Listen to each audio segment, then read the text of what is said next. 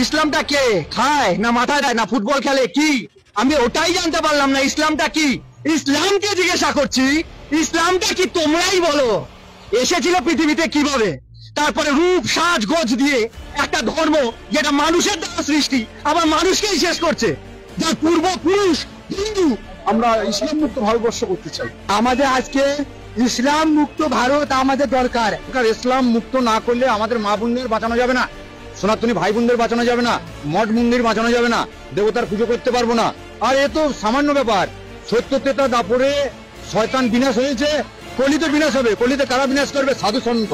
সাধু সন্ত বিনাশ করবে। বিনাশকারী সামনে চলে এসছে, ওদের সময় হয়ে এসছে। মমতা ব্যানার্জি হুঁশিয়ার।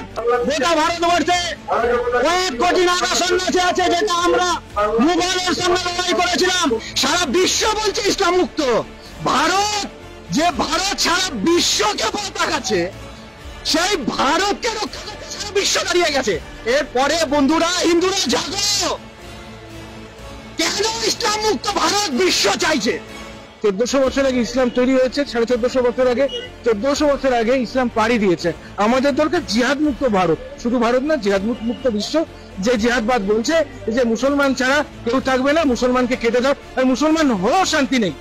এই তুই শিয়া, তাহলে তোকে কাটবো। এই তুই সুন্নি, তাহলে তোকে কাটবো। তুই আহমদিয়া, তুই বারেলভি, তুই সালাফি, তুই ওয়াহাবি, তুই ইসমাইলি, কাটবো। এই চিন্তাটা মৃত্যু দরকার। এগুলো সব উপধর্ম, ছলধর্ম। আজকে ছলধর্ম করে আজকে ভারতবর্ষটাকে শেষ করার চেষ্টা করছে। ইসলাম ধর্ম ত্যাগ করে মুক্ত করে আমাদের সনাতন ধর্মাবলম্বী হওয়া উচিত, যাতে এই যে হিন্দু জাতি বা সনাতন ধর্মের উপরে যাতে অত্যাচার অনাচার যাতে না হয় সেই প্রতিকার করা উচিত। একজন সাধু বলছিলেন ইসলাম মুক্ত হওয়া প্রয়োজন। ইসলাম মুক্ত কেন? ইসলাম হচ্ছে মানবিকতার শত্রু। টেররিজমটাকে বাঁচিয়ে রাখার ইকুয়াল টু করলে মনে হয় ইসলাম। মনে হয় কি এখন ছবি পরিষ্কার করে দিয়েছে ইসলামই, যে যেখানে টেররিজম, যেখানে মার্ডার, যেখানে যা কিছু XYZ সংবিধানের বিরুদ্ধে, সেটাই ইসলাম। ভারতবর্ষ কোনোদিন ইসলাম ছিল না, ইসলামের শাসনও ছিল না, কেউ ছিল না। কারণ আমরা যদি দেখি ভারতবর্ষের ইতিহাস, সেখানে ছিল শুধু সনাতন ধর্ম। আমরা হিন্দুরা বুঝিনি, যার জন্য আজকে এপারে 35% হয়ে গেছে 6% থেকে। আমি সুমন্ত চক্রবর্তী, পূর্ব বর্ধমান জেলার 31 নম্বর ওয়ার্ডে আমার নিজস্ব পৈতৃক বাড়ি ছিল। আজ আমি 2018 সাল থেকে সেই পৈতৃক বাড়ি থেকে জেহাদি মুসলমানদের অত্যাচারে এক প্রকার তাদের ফতোয়ার জন্য সেই নিজস্ব পৈতৃক বাড়িতে 2018 সাল থেকে ঢুকতে পারছি না। আজকের যে হিন্দু সনাতন ধর্মটা কোথায় যাবে? আজকের হিন্দু সনাতন ধর্ম কোথায় গিয়ে দাঁড়াবে? ইসলাম বলে কোনো কথা ধর্ম ছিল না। আমাদের হিন্দু সনাতন ধর্মের শ্রীমদ ভাগবত, শ্রীমদ ভাগবত গীতা এই কথাই বলেছে, জগতে ধর্ম নামে যাহা কিছু চলে, ভাগবত বলে তাহা পরিপূর্ণ চলে। জগতে শুধু তো ষোলো ধর্ম, মনোধর্ম, দেহধর্ম করছে। প্রকৃত ধর্ম হলো সনাতন ধর্ম। যেটা বর্জনীয় সেটা বর্জন করো, যেটা নেওয়ার জিনিস সেটা নাও। এবার যদি তুমি এমন বিহেভিয়ার করো, বাকি সম্প্রদায়রা তোমাকে করোনা ভাইরাস ভাবা শুরু করে দেয়, ভাই তাহলে তো অ্যান্টিডট লাগবে তোমার বিরুদ্ধে।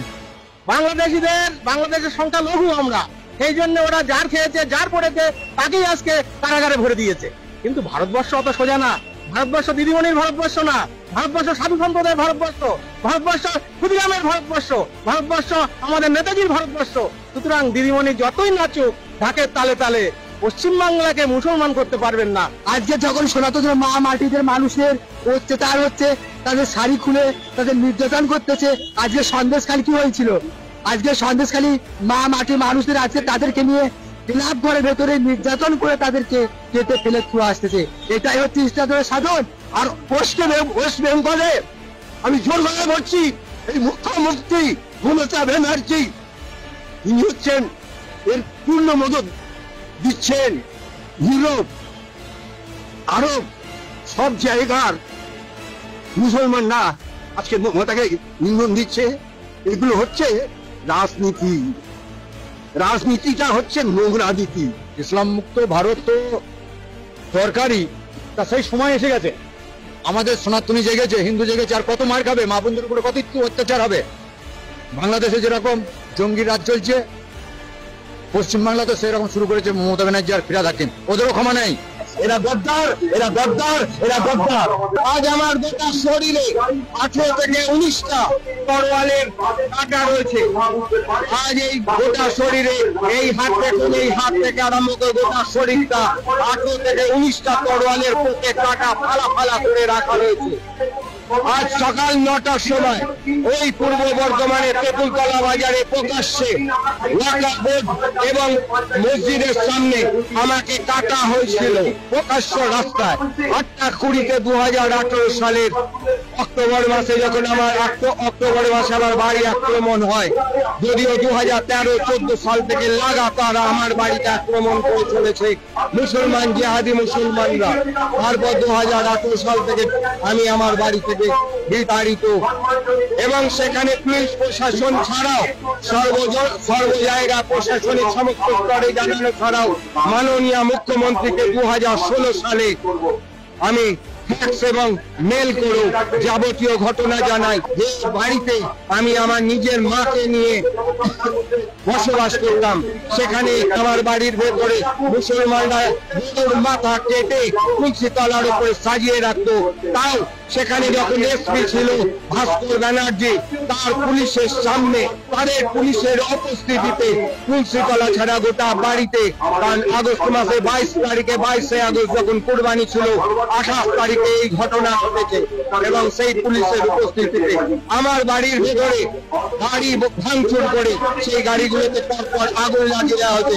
গাড়িগুলো ভাঙচুর করা ছাড়াও আমার বাড়ি ভাঙচুর করা হয়েছে। আর পুলিশ আমাকে রেস্কিউ করার নামে আমাকে তুলে নিয়ে যাচ্ছে, আর আমাকে লকআপ করছে। 6 থেকে 7 বার আমার জেল কারাবাস হয়েছে।